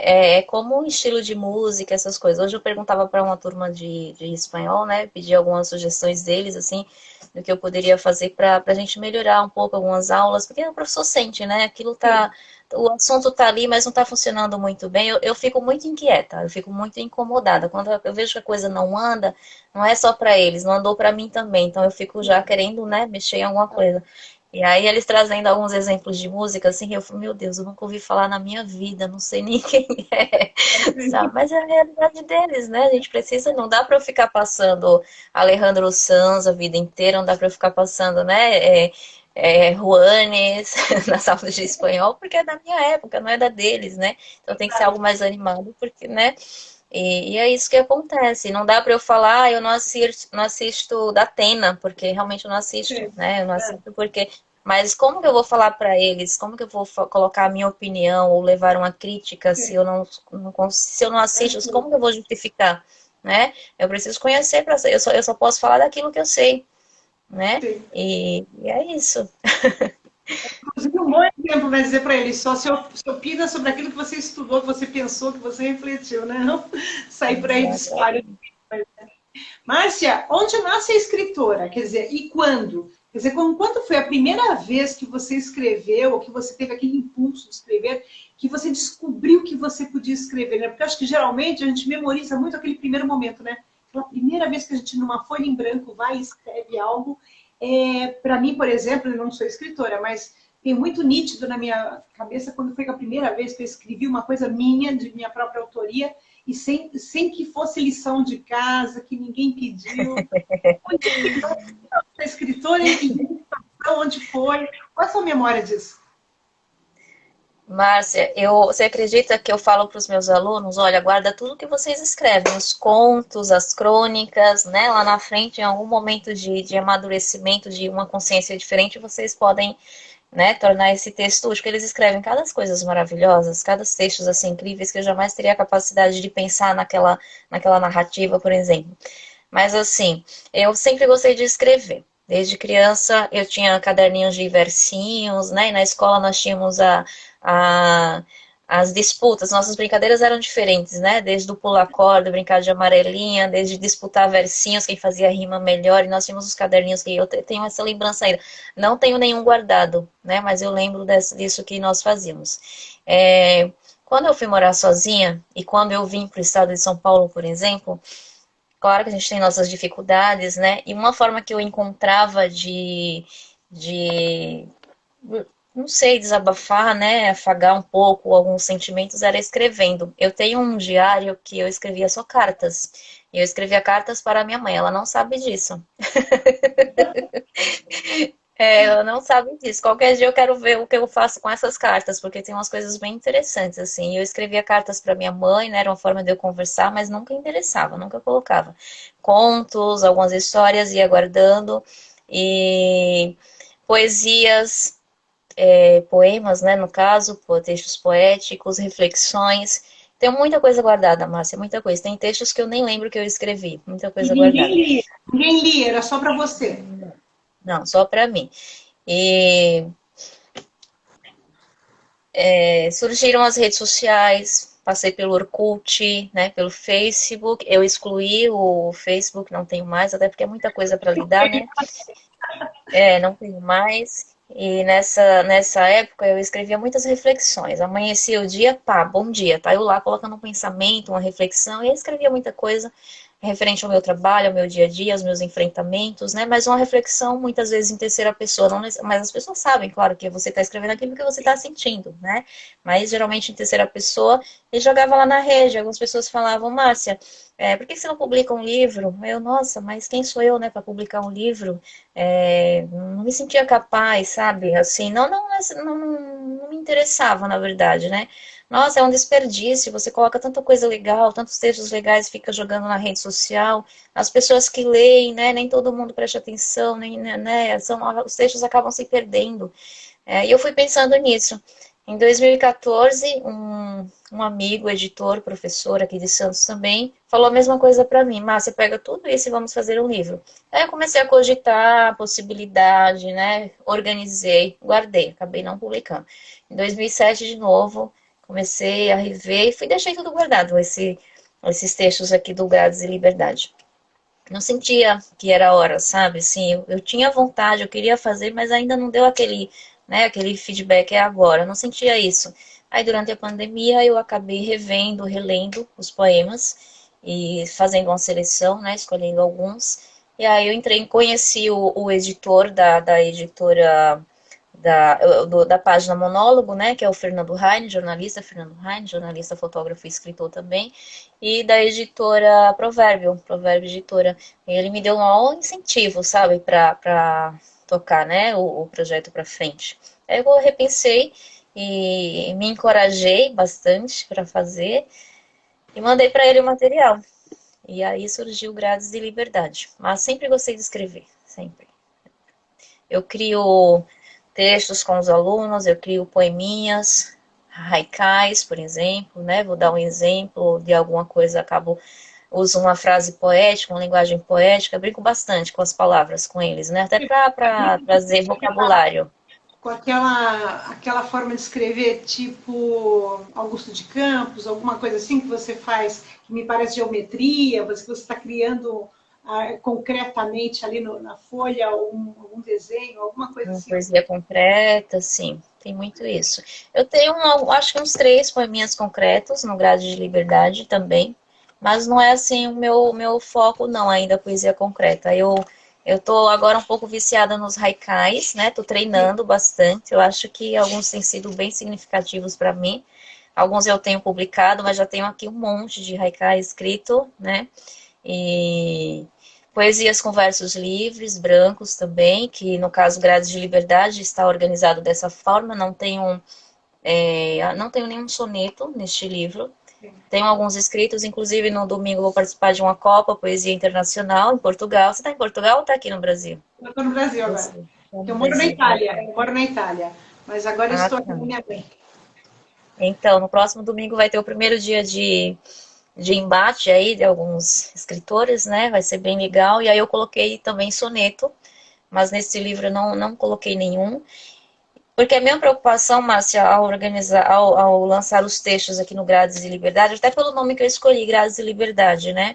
É que eu colocasse mais esses textos assim, reflexivos, confessionais, de alguma percepção pessoal também, né? Não do eu lírico aí, enfim, mas não necessariamente a forma, a estética, a estrutura, não me preocupei com isso, me preocupei mais com a mensagem, até por conta do momento de pandemia que nós estávamos, tem alguns textos uns 5 textos eu acabei escrevendo também durante a pandemia e acabei colocando no livro, entende? Mas é um filho que nasceu. Mas já estava germinado há bastante tempo. Agora imagina pela sua profissão, você ser revisora, professora, eu imagino o alto grau de autoexigência, né? Deu um delayzinho aqui, vamos esperar um pouquinho. Já ela repara. Que maravilha, hein, gente? Que conversa maravilhosa, quanto aprendizado. Acho que assim, quem tem vontade de escrever está se inspirando aqui. Nós demos um pulinho aqui, né? Você está me ouvindo? Não estou te Ficamos um ouvindo. pouquinho. Está me ouvindo? E agora? Peraí, Agora Agora sim. você consegue me ouvir. Nós ficamos um pouquinho fora. Eu estava falando assim, que privilégio, né? A gente já que está aqui aprendendo tanto, né? Eu estava até formulando essa frase. Quem tiver vontade de escrever, se inspire nas suas falas de hoje, porque eu acho que são maravilhosas e, como eu já tinha dito para você, inspiradoras, né? Agora, quando você Fico feliz de saber. dessa autoexigência, né? Novamente, nós estamos com um problema de conexão. Mas a sua autoexigência, como foi enfrentar isso Travou para poder novamente. selecionar e publicar o livro, né? Como foi enfrentar esse grau de autoexigência?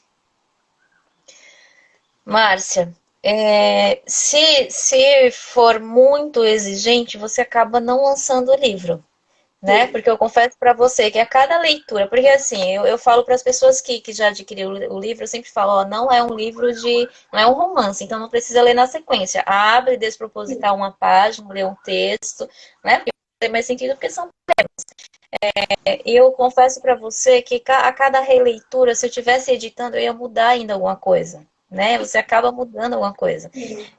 Foi revisado, mas assim, é um processo de reconstrução sempre nos textos, né? Que acho que mania de professor, a cada revisão você melhora, né? Você quer melhorar aquilo. Então, se eu me exigisse mais, eu não ia lançar este livro, né? Agora, eu ia continuar em processo de construção aí dos textos, né? Drummond dizia que tinha uma gaveta onde ele guardava os poemas por 10 anos, e se eles resistissem ao tempo e ao critério de diligência dele, eles seriam preservados. Você também publicou poemas que já tinham uma trajetória com você, né? Você mexe muito nesses poemas. Eles, quando são acabados, são prontos ou eles estão sempre em construção? Como é essa situação? Quando são poemas, eu costumo deixá-los prontos, né? Até porque a motivação, a inquietação, a frustração, seja lá o que me motivou a escrever naquele momento, aquele texto, naquele Sim. momento. Naquele momento fez todo sentido para mim, né? Tem uma interpretação, tem uma marca registrada ali que eu já criei. Se eu fico mexendo muito, eu acabo talvez desconfigurando Sim. essa roupagem que eu dou ao texto, né? Esse significado que eu construo para mim. Claro que o leitor ele vai se identificar da sua forma, porque a poesia é muito subjetiva, né? E acaba funcionando em muitos eus líricos, em muitos eus de mins. Eu tenho duas hashtags, eus de mins, que eu coloco, e versifique-se, né? Eu uso muito poemice, mas não mas foi eu que criei. Eu uso versifique. Então eu acabo não, porque eu acabo desnudando Estamos isso, né? começando com o probleminha de conexão, né? Nós estamos ficando com o probleminha de conexão. Até agora estava ótimo. Que maldade. Eu não Uma sei se eu estou internet travando para você. em dificuldades. Você está me ouvindo? Eu estou te ouvindo. Tá Ai, oscilando que um bom. pouco o sinal. Não sei. Está oscilando, Uhum. mas a voz está perfeita. Quanto você escreve contos também, né? Não só poemas, né? E Sim. você falou que você escreve algumas coisas muito confessionais, né? Os teus contos estão ligados a uma observação do cotidiano, daquilo que você observa no mundo, nas pessoas, mas ou você realmente reflete um pouco de recortes da sua vida, da sua experiência pessoal? Eu penso que é um pouco de tudo. Um pouco de tudo. Tem um conto que eu lancei agora em um dos livros das antologias que eu escrevi em terceira pessoa. Eu conto, na verdade, a personagem ela conta a trajetória de como ela perdeu a avó, né? E retrata o amor, esse sentimento materno, né, com a avó e a dureza de deixá-la partir. Muito legal, muito legal. Já lembrei, né? Sim, Experiência sim. minha. É uma coisa muito Você não minha, porque algumas coisas eu gosto de registrar, mesmo que usando a ficção para isso, mas eu gosto de registrar para eternizar isso, né? Então, eu tive uma relação assim muito legal, muito gostosa com a minha avó materna. E uma parte assim muito dura foi tê-la perdido em 2011. Só que eu já morava aqui e ela não, né? Então ainda tem essa questão de tê-la deixado, né, há alguns anos e de repente vem aquele estalo da vida, né? Poxa, já foi a vida da pessoa, né? Eu poderia ter aproveitado mais. Enfim, e eu acabo criando personagens, acabo usando a arte da literatura, né, um pouco para eternizar algumas experiências, porque isso é uma forma de amor, sabe? De amor eterno. Para mim, né? É uma declaração, né, de amor muito grande. Inclusive, o último poema do livro Grades de Liberdade é vó. Eu falo de vó, né? Até a minha sogra, quando pegou o livro para ler, eu falei para ela: ó, é o Johan, né, meu filho, que pode ler, porque é ele que está falando aí para a senhora, que é vó por si só. Posso ler rapidinho, é curtinho. Eu ia pedir Dá tempo? isso. Que fala assim: vó por si só. Vó é poesia, é melodia, tempero, aconchego, sabor e sabedoria. É sombra, é cama, banho, saudade, abraço, garantia de proteção, amor, aprendizado e alegria. Vó é saudade em voo livre. E quando eu lembro que quando eu escrevi, eu estava pensando na minha avó, claro, né? Nesse sentimento gostoso que eu guardo, né? da experiência que eu tive com ela, uma experiência de mãe, assim, muito gostosa. E eu penso que eu coloco muito isso como inspiração para poder ficcionar, né? Para poder criar algumas coisas. Eu penso que quando a gente parte da nossa própria realidade, você sabe, né, em que terra você está pisando, você sabe de que exatamente você está falando, de qual sentimento, né, você sustenta ali no texto, não é só uma situação inventada.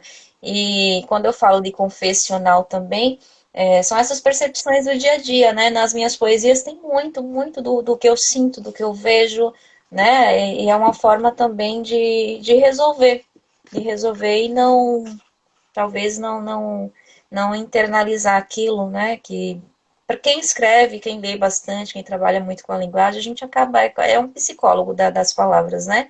Acaba absorvendo, não adianta.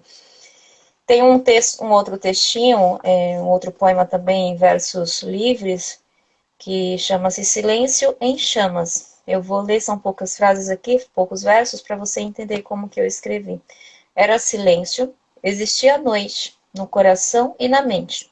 Até o instante que um lençol vermelho, entre ventos inconstantes, alarmara de súbito o fim da escuridão. Muitos gritos silenciosos, da morte, em um só clarão. Perdeu-se tudo, a vida. Fim. Então, é um poema, assim, muito reflexivo e muito triste. Como que eu escrevi? Acordei, e, né, eu sempre gosto de ver o que aconteceu, um noticiário, ligar a TV, uma coisa ou outra.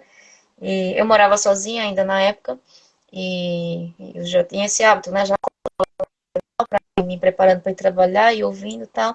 E foi a notícia lá de um prédio abandonado em São Paulo que pegou fogo e as pessoas que estavam Sim, ocupando, me lembro.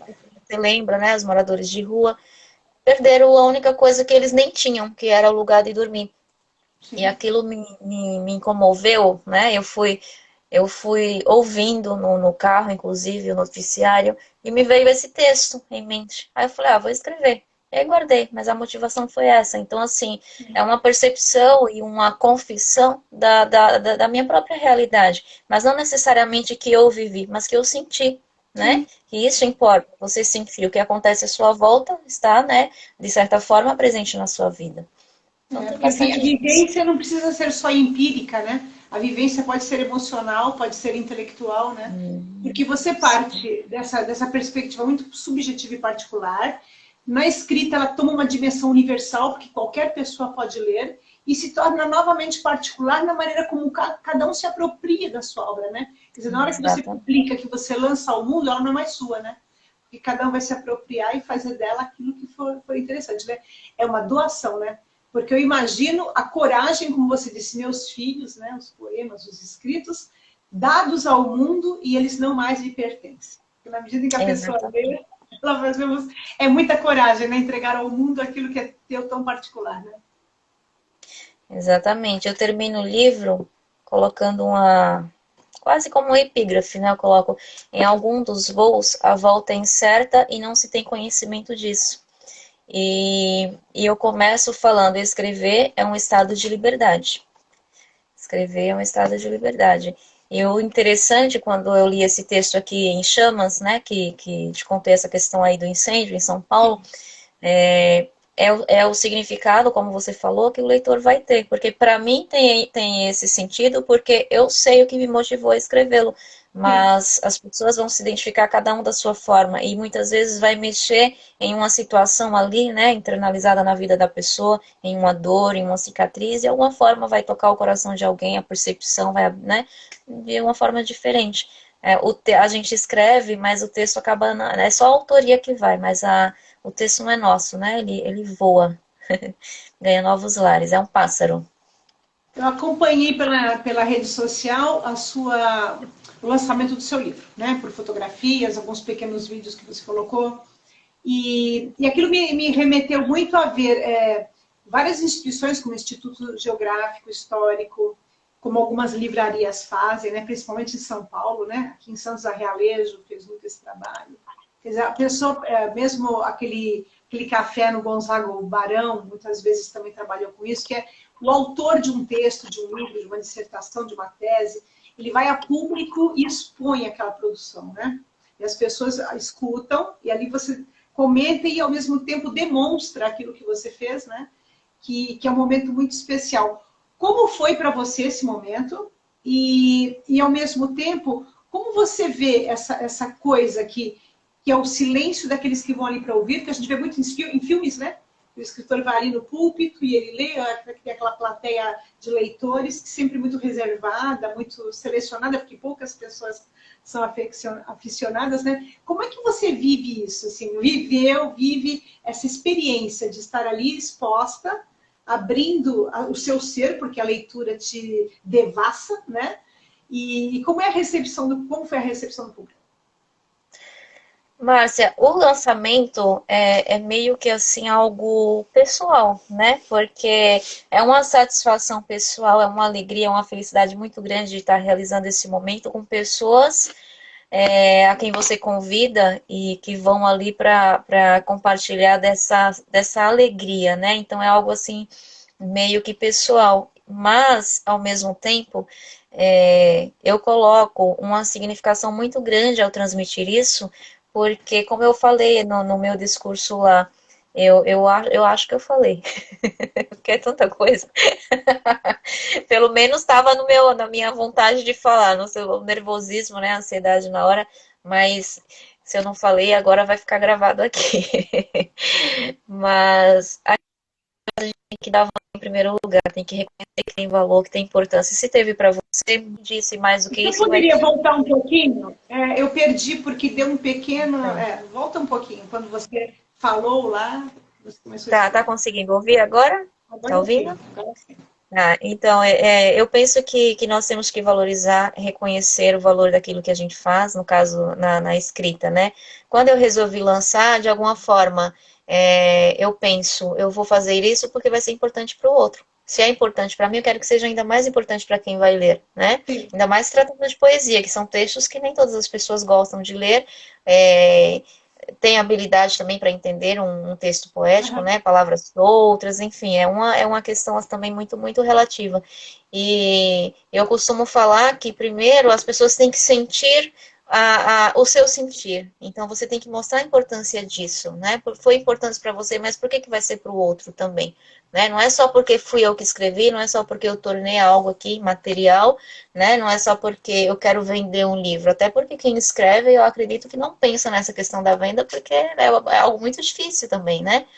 Dentro do nosso país. Vender livros, né? Algo cada vez. As livrarias estão se fechando, infelizmente, né? Aqui mesmo na nossa região, muitas livrarias já, né, no shopping, é algo muito triste. Não temos mais a siciliana, né, que tinha no shopping, era siciliana, nossa, eu vivia naquela livraria, eu adorava, não temos mais. Então, assim, se pensar nisso, né, alguém me perguntou, Márcia, você está conseguindo vender? Olha aqui, eu já vendi bastante, eu vendi mais de 50 livros desta edição, né, e para mim é um número, assim, muito significativo. Agradeço, né, que bom, graças a Deus, mas, assim, eu não me preocupo com isso, acho que o escritor não se preocupa com isso, ele se preocupa, ele eternizou de alguma forma aquilo e fica feliz de ver aquilo ganhando espaço, ganhando leitores, conhecendo a sua forma, seu estilo de escrita, né? Enfim, a sua matéria-prima ali das palavras, mas eu acho que quando o outro sente o valor que aquilo teve e talvez a importância que vai fazer também na sua vida, fica mais significativo. Eu tentei passar isso, né? Eu tentei passar isso na minha fala. E eu acho que as pessoas sentiram, né? Me aplaudiram. Eu acho que sentiram. Com É, certeza. e é isso. Eu não me preocupo muito com essa questão do comercializar, né? Mas de fazer ele existir em algum lugar e ficar aí registrado, e quem sabe, né? Vai ser muito importante, vai despertar alguém aqui, acolá, principalmente os meus Sim. estudantes, né? Vai ser significativo para alguém, né? Sempre. Sim. E como será a venda? Você faz venda direta ou ele estará em livrarias? Como é agora a profusão do livro entre as pessoas? Márcia, este primeiro, como foi independente, né? Que eu fiz sozinha, no caso, tá comigo. Eu criei um link que eu permito que as pessoas usem cartão, façam Pix, né? Pode comprar direto comigo por este link, mas não coloquei em livraria. Tanto que o lançamento eu fiz no museu, que eu achei assim um lugar bem interessante para fazer, até porque né? Tem umas exposições lá e tudo mais, e é um ambiente também que precisa ser mais visitado, né? Mais visto. Nós temos esse museu em São Vicente, né? Você deve conhecer, Conheço. que tem um espaço assim maravilhoso, né? Tem alguns eventos que acontecem e que são um pouco propagados, eu acredito ainda, né? E eu morei alguns anos em frente ao museu, né? O meu prédio em frente ao museu, e eu sempre tive esse pensamento, ainda vou fazer alguma coisa neste espaço, né? E tive a oportunidade, então eu escolhi fazer lá. Eu acredito que teria uma visibilidade maior do que em uma livraria. E qual livraria nesse momento eu poderia chegar? É mais difícil, né? Mais difícil, porque retornando de uma pandemia, nem todos os ambientes ainda estão, né? Sim. Estão aceitando reunião de pessoas, sabe? Seria um lugar ótimo, né? Precisamos, inclusive, tentar resgatar de volta esses espaços, mas, né, eu achei assim bem coerente, bem cabível fazer no museu. E foi bacana, foi legal, eu fiquei muito feliz, né? Fiquei feliz, felicíssima, agradecida pelas pessoas que me apoiaram e que continuam Então, me apoiando, Graça. é claro. E quem tiver interesse de comprar o seu livro, então, pode entrar em contato direto com você e você passa o link para a pessoa fazer o Pix ou a outra forma de compra, né? Isso. Então, esse seria o No caminho, né? lembrete do, no lembrete do Instagram tem o link em várias postagens, no Ok. lembrete do livro, né? Naquelas postagens que a gente faz lá no. Eu falo Sim. lembrete, nem sei como que é. Tem É, várias. você Ou entende fala mais que também, não eu. importa. A Sofia tá aqui, ó. A Sofia tá A comentando, foi uma Sofia, nossa, a delícia. Sofia tem uma história comigo assim. Eu tenho fotos com a Sofia, ela adolescente, maravilhoso. Uma princesa. Hoje ela é rainha, mas ela foi princesa, ela foi minha princesa. Eu tenho o Márcia, prazer de quando trabalhar você. com ela. É um prazer, né? Ela falou para mim: ah, a Márcia seria uma das minhas indicadas, mas eu já tinha Obrigada. procurado você espontaneamente, porque eu via você sempre presente nas lives. Eu falei: essa garota tem muito a contribuir, com certeza. Depois fui acompanhando a publicação do seu livro, aí foi uma coisa puxou a outra. Você comentou que muitas vezes de manhã você já levantava, deixava uma mensagem ali, um pensamento. Você tem um ritual para escrever? Como isso se dá? Não tenho um ritual. Eu sou uma pessoa que não gosta de pensar. Minha mente não desliga. Minha mente não desliga. Eu vou dormir, eu tenho que escrever alguma coisa antes, eu pego o celular, vou no notas ali do celular.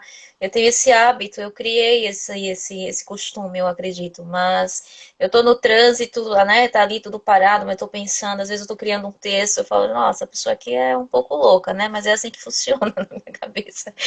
Então não tenho um ritual, não faço isso porque é um ritual que eu criei, não. E sim quando vem alguma coisa significativa, quando me surge um pensamento interessante que eu não quero perder, né? Muita gente acaba perdendo, depois não consegue lembrar da mesma forma. E eu acho que isso acontece com todo mundo, né? O pensar é algo muito. é, Como que eu posso falar? Muito. Que É muito germina pessoal. muito, né?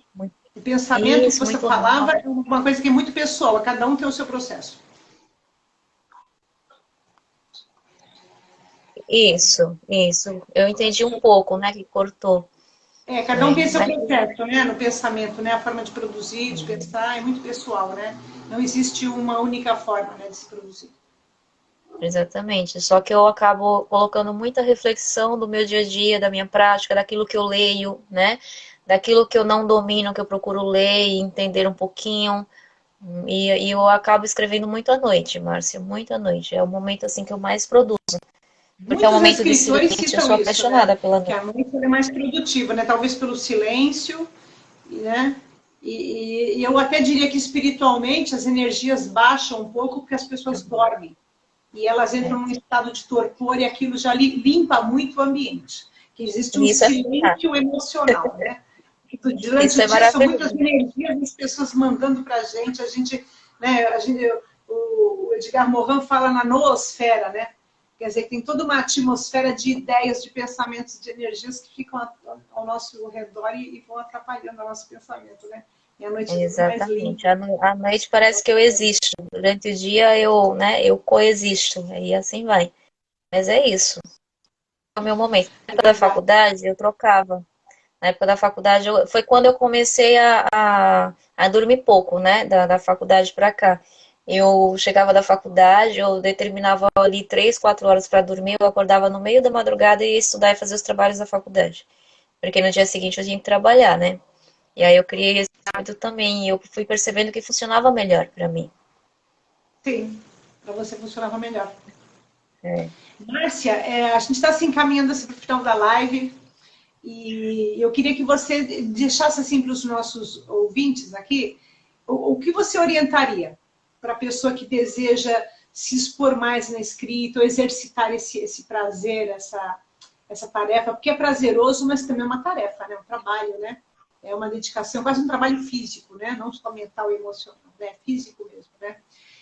Eu lembro que na minha época a gente estudar era pré-computador.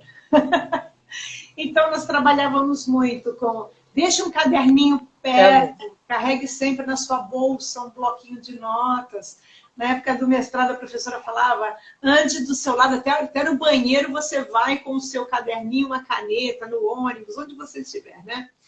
Hoje é uma outra realidade de escrita, de registro. Como é essa coisa física para você? O que você orientaria aqui para o nosso ouvinte que ele poderia fazer para iniciar esse processo de produção da Tá. escrita, né? Você consegue Ou me ouvir, do Márcia? exercício, ou esse prazer. Tá me ouvindo? Então, agora sim. Tá? Eu entendi. O Raine entrou, ele fazer um workshop comigo. Ele é o meu editor, tá? Acabou de Sim. entrar, Raine. Já falei da Provérbio Editora, já mencionei aqui, né, Márcia? Já falei do Grades e Então, Liberdade, já contei um verdade. pouco da parte que eu te conheci, que você acabou me motivando, me incentivando bastante a me encorajar para lançar o livro, afinal de contas. E, Márcia, na minha, né, acho assim um pouco pesado falar na minha época, né? Porque eu tenho ainda 20 anos. Brincadeira. Eu tinha o hábito de andar sempre com o livro na bolsa. Então eu ia pagar uma conta, a gente perdia muito tempo pagando conta, né, em banco, eu tava com o livro na bolsa. Tava lendo aí Edgar Allan Poe, por exemplo, né, lendo Franz Kafka, enfim, tava lendo alguma coisa. As filas do banco sempre foram as minhas auxiliares de leitura. E bloquinho de notas, claro. Agora eu já entrei, né, um pouquinho nessa, já me modernizei. Eu uso o bloco de notas do Sim. celular, né? Com tudo, meu bloco de notas é cheio de texto. Às vezes eu vou lá porque eu sei que tem um texto que eu preciso guardar para não perder. Mas eu diria que para quem quer começar, tem muitas pessoas que me perguntam, né, Márcia, como você conseguiu? Agora mesmo, muitas pessoas me perguntam como você conseguiu, como que eu poderia fazer? Eu escrevo, né? Gosto de escrever bastante, mas eu não acredito muito naquilo que eu escrevo. Então eu sempre falo, ó, continue escrevendo e tenha paciência. Tenha paciência, porque quando nós, pelo menos isso aconteceu comigo, quando nós estamos assim muito empolgados, né, com aquela vontade, aquela sede de publicar, enfim, de mostrar que muito ainda, precisa de um certo amadurecimento, você precisa ver aquilo em um outro momento. Você lê o texto, você está felicíssima, mas calma que foi o seu momento. E quando você vai publicar, você vai publicar para o outro, não é para você. Né? O seu momento foi na exata. Então, assim, espera planta essa sementinha e dê um tempinho para ela, né? Para ver como que vai ser essa geração e para ver se você está contente e feliz com o resultado, porque você pode querer mudar alguma coisa, melhorar, né? Então, acho que é um processo. Primeira coisa que eu diria é ter paciência, né? Ter paciência e esperar esse sentir, vai ser agora, né? Então, agora eu estou preparada, estou pronta, estou pronto. E trabalhar conscientemente, sabendo o que está fazendo, por que está fazendo, para quem está fazendo, né? Ter esse discernimento. E coragem, bastante coragem, porque não é fácil no nosso país, não é fácil, né? Nunca foi fácil, mas para algumas pessoas acaba sendo mais fácil porque tem, digamos que, alguma facilidade, alguém que conhece, alguém que dá aquele empurrão, alguém que apresenta. Claro que é muito diferente a Márcia Neves lançar um livro e alguém que já é da mídia, alguém que já é, né, muito conhecido, lançar um Sim, livro, sim. né? É muito diferente, porque a Márcia Neves ninguém conhece. É Sim. uma professora, né? O público é muito, muito menor, mas a outra pessoa já é da mídia, tem, né? É muito diferente. Então, e acaba sendo mais fácil porque tem esses empurrões aí, né? E a gente sabe que isso acontece e é a realidade. Em qualquer área, né? Em qualquer área. e ter paciência e conhecendo esse espaço e conhecendo pessoas também, porque no meu caso, né, conhecer pessoas me ajudou. Eu conheci muitas pessoas antes do Fernando Heine que me pediam para escrever, para publicar, mas assim, não houve esse encorajamento, não houve essa ousadia, né? Agora eu vou pôr a minha cara para ser vista dessa forma. Eu não tive essa. Aconteceu com, né? Eu senti segurança, eu conheci o trabalho do Fernando Heine, né? Tá aí, Poesia e Monólogo, Provérbio Editora, e fui. Eu acho que é a confiança na pessoa também, né? Que isso é importante. Tem pessoas que fazem isso mais sozinhos, mas no meu caso eu preciso de um apoio, né? Eu precisava de alguém que falava, vai, você fez alguma coisa interessante, né? Vai lá e publica. E isso aconteceu. E sempre pedir, né? Voltando à pergunta que você fez, e escolher alguém também para mostrar, para pedir uma opinião, para pedir para ler, para conhecer o material. Isso é legal. Né? O que você achou desse texto? No meu caso, meu marido é o meu primeiro leitor. Né? Ele dá a opinião dele, faz a crítica, né? Se coloca ele como leitor. O que você sentiu? O que você percebeu? Né? Tá interessante? O que eu posso melhorar? Realmente me dá algumas dicas. Tem alguém sempre para compartilhar, para pedir uma opinião, para se sentir um pouco com os pés no chão. Né? Não meter a cara, não meter a cara. Né? Até para não ficar Entendo. frustrado depois. Entende? Sim. Eu penso, né? É o que eu sugiro. E trabalhar bastante a questão da qualidade da escrita também, né? Mesmo que seja um poema, essa questão da licença poética, mas eu acredito que o bom uso das palavras, a boa construção do subjetivo, porque mesmo que seja uma linguagem subjetiva, você já entendeu essa subjetividade em primeiro plano, e isso precisa ser um trabalho consciente, né? Porque você tem a intencionalidade do escritor. De certa forma, por mais que seja um texto subjetivo, mas as palavras, elas têm significados. E as palavras, elas dançam entre elas, elas compõem uma música, né? E o outro percebe, o outro escuta, o outro entende isso.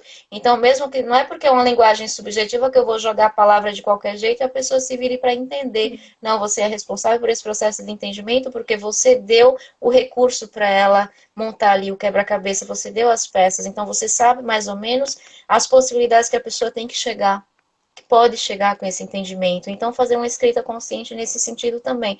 Não escrever qualquer coisa, né? Não jogar de qualquer jeito só para que tenha uma matéria-prima. Eu acho isso importante também. Né? Como eu falei para você antes, se teve significado para você, qual é o significado que você imagina que o outro vai perceber, que vai ter para ele, né? Então eu penso que é uma doação para o outro. Escrever é um doar constante, né? Um doar, sim. Entende? Não sei se eu respondi a sua pergunta, mas é o meu Sim, e pensamento. aceitar, né? Aceitar o trabalho do revisor também, né? Que é alguma coisa assim que você tem que se despojar, não é? Como você disse, não dá para ir lançando e jogando. Muitas vezes a pessoa naquele afã, muitas vezes a pessoa naquele afã, né? Naquele desespero de publicar logo, de dar luz dar à luz a sua produção, ela não aceita a revisão, né?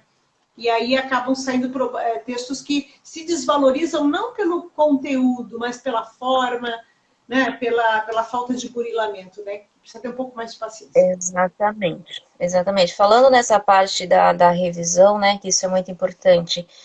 Quando as pessoas falam fazer uma revisão, elas geralmente pensam só que revisar a gramática, né? Só precisa revisar a gramática, mas não, né? Tem muitas coisas que precisam ser vistas e que o escritor ou nem todo mundo vai perceber, vai ter a mesma visão, até porque eu estou acostumada a fazer isso, o meu foco de trabalho é esse, então eu não vou no caso da poesia, não vou mexer na estrutura, mas tem a questão das concordâncias, tem a questão das possibilidades da formação, né, dos conceitos. Não é só a gramática, a parte linguística importa, né? E textualidade também, vamos pensar nos contos, nas crônicas, tem a textualidade, não é só um amontoado de palavras, não é o texto que importa, o texto é um cesto cheio de palavras, isso é um texto, né? Mas precisa-se de textualidade, então tem que trabalhar bastante essa questão de coesão e coerência, né? E intencionalidade, o que você quer passar aqui, o que você, né? Qual é o entendimento que você quer construir né? Que você quer tecer nesse costurar. E às vezes uma mudança da voz verbal, digamos, não, a voz ativa para a voz passiva, sintética, analítica, voz reflexiva, enfim. Qual é a melhor forma de dizer isso nesse momento, nesse trecho do texto? Então tem essa questão de se trabalhar bem o texto, né? A montagem do texto. E isso não é fácil para qualquer pessoa, né? A ideia, ela vem rápido. Mas como organizar isso sem perder o sentido do texto? Então a revisão dá muito trabalho. Outro dia alguém me perguntou, me falou assim, você vai cobrar tudo isso só para revisar? Mas você não mexeu nada aqui, né? Você não mexeu nada no texto e você está cobrando por essa página que você não corrigiu nada. Eu falo, não, eu corrigi. Eu li o seu texto. Eu tive um processo de revisão. A revisão não é só quando você corrige, não é só quando você conserta, é quando você verifica. Eu fiz todo um processo de busca, de verificação. Eu fiz a revisão do seu trabalho, né? Não precisei mexer, mas a revisão aconteceu. Entende? Então é um trabalho também muito delicado de ser feito e necessário, né? E por mais que nós revisemos, sempre tem alguma coisa para revisar. A começar pelo título do texto, né? Começar pelo título. É isso. Então, se alguém aqui que nos estiver vendo precisar de você para revisar um texto, um livro que está pensando em publicar, você faz esse trabalho e aí a pessoa pode te contatar também. Sim, eu criei uma página no Instagram, né, que eu uso professora Márcia Neves, que a minha intenção era usá-la só para isso, mas Márcia, não dou conta, é muita página. Eu acabo usando o Sever Educação para tudo. E é só me chamar, eu tenho o meu contato, tenho um cartãozinho que quando é pessoalmente, né, as pessoas acabam... Só que é tudo tão virtual que a gente nem precisa de cartão, né, cartão de visita, essas coisas que a gente usava, eu ainda tenho uma caixa cheia de cartão de visita. Já mudou muito. Então, um contato, a mensagem inbox, né? Qualquer contato chega até mim e a gente conversa e se acerta. Mas eu gosto muito de fazer esse trabalho também de revisão. Obrigada, Márcia. Maravilhoso. Olha, eu quero te agradecer, eu acho que foi assim um encontro memorável, né? Pena que agora ao final a internet começou a ter um problema de oscilação, mas dizer para você que foi muito conteúdo, foi muita emoção. Está cortando, Márcia, sua... Foi assim, foi uma live de muito conteúdo, muita emoção, de muita alegria e eu acho que muito inspiradora para muitas pessoas, né? Eu fico feliz de você ter aceitado, obrigada. honrada por você ter se manifestado no meu canal, que é um canal pequeno, mas ele é muito ambicioso, né? Eu não vou deixar de fazê-lo porque eu acho que ele tem sido um canal muito bacana de apresentar pessoas que a grande mídia não encontrou ainda, né? E eu tive essa felicidade de encontrar. Então é maravilhoso poder partilhar todo esse conhecimento, né? Então, só te agradecer e agradecer a todos que estão conosco, as 5 bravas pessoas ainda conosco, e depois, estando em giro no Instagram e no YouTube, muitos mais vão assistirão. Márcia, eu que agradeço. É um canal, não é um canal pequeno, seu canal é um canal grande, porque a riqueza, né, a dimensão que você tenta colocar em cada história que você cria, você enumera, né, as histórias que eu tenho acompanhado. Quando você compartilha a live lá, eu vou recompartilhar também no meu, que eu não tenho movimentado o meu faz tempo, né, e vai ser um assunto interessante também para se colocar lá, se você me permitir, claro, né. Mas eu que agradeço o convite, a oportunidade, o valor que você deu, né, às minhas humildes, simples palavras aqui, ao meu trabalho que é a minha vida, né, o ar que eu respiro todos os dias é o meu trabalho. Tenho a agradecer, tá? Muito obrigada. E a todos que aqui estão, né? Um beijão para todo mundo, né? Eu desejo também uma boa noite a todos e que todos tenham uma santa noite de repouso e descanso. E todos muito inspirados, né, pelas palavras da Márcia Neves, e que todos possam carregar nos seus corações essa inspiração de vida. Né? Então, muito obrigada, Márcia. Um beijo no seu coração. Obrigada, Márcia. Bom final de semana. Beijos. Obrigada, tchau, gente. Beijão. Tchau, tchau.